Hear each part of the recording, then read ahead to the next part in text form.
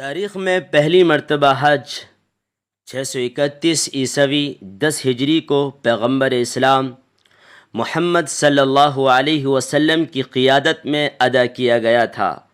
اس کے بعد یہ فریضہ ہر سال ادا ہوتا رہا، اگرچہ مسلمان سوچ بھی نہیں سکتے تھے کہ کسی سال حج نہیں ہو سکے گا، لیکن اس کے باوجود تاریخ میں تقریباً 40 موقع ایسے ہیں جن میں حج ادا نہ ہو سکا، اور کئی بار خانہ کعبہ حاجیوں کے لیے بند رہا۔ اس کی کئی وجوہات تھیں، جن میں بیت اللہ پر حملے سے لے کر سیاسی جھگڑے، وبا، سیلاب، چور اور ڈاکوؤں کے حاجیوں کے قافلے لوٹنا اور موسم کی انتہائی لہر شامل ہیں۔ اسی طرح اس سال بھی سعودی حکومت کے فیصلے کے مطابق کورونا کی عالمی وبا کے باعث کسی مسلمان کو بیرون ملک سے آ کر حج کرنے کی اجازت نہیں دی گئی ہے۔ سعودی شہریوں اور اس مملکت میں مقیم غیر ملکیوں میں سے صرف 60,000 کو حج کرنے کی اجازت دی گئی ہے۔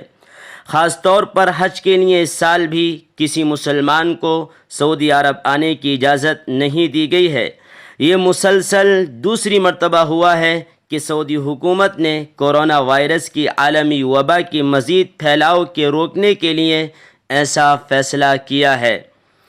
اس کی وجہ یہ ہے کہ حج ہر سال دنیا بھر میں انسانوں کا سب سے بڑا اجتماع ہوتا ہے، اور اس اسلامی مذہبی فریضے کی ادائیگی کے لیے پوری دنیا سے عازمین حج سعودی عرب کا رخ کرتے ہیں۔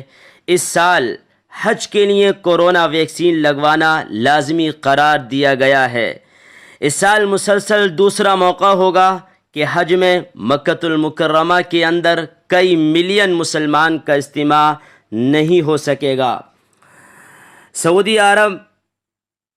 سعودی وزارت حج کے مطابق اس سال جو 60,000 مسلمان حج کر رہے ہیں وہ مقامی سعودی باشندے اور سعودی عرب میں مقیم غیر ملکی مسلمان تو ہوں گے ہی، لیکن ساتھ ہی ان کے لیے یہ شرط بھی ہوگی کہ ان کی عمریں 18 اور 65 سال کے درمیان ہوں، اور ان کی کورونا وائرس سے بچاؤ کے لیے ویکسینیشن ہو چکی ہو۔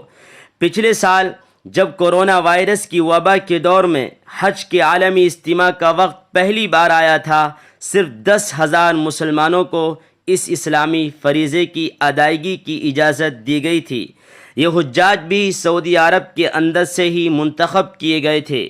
ان 10,000 حاجیوں میں سے 2/3 ایسے غیر ملکی تھے جن کا انتخاب حکام نے اس وجہ سے کیا تھا کہ ان کا تعلق دنیا کے ان 160 مختلف ممالک سے تھا جنہیں حج کے اجتماع میں عموماً ہر سال نمائندگی حاصل ہوتی تھی۔ باقی ماندہ 1/3 افراد سعودی سیکورٹی اہلکار اور طبی عملے کے ارکان تھے۔ خیال رہے کہ عام حالات میں ہر سال پوری دنیا سے لاکھوں مسلمان حج کرتے ہیں۔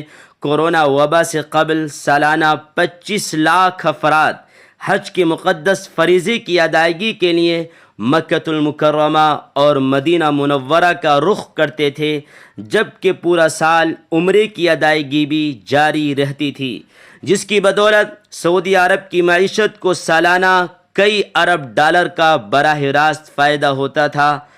اللہ تعالیٰ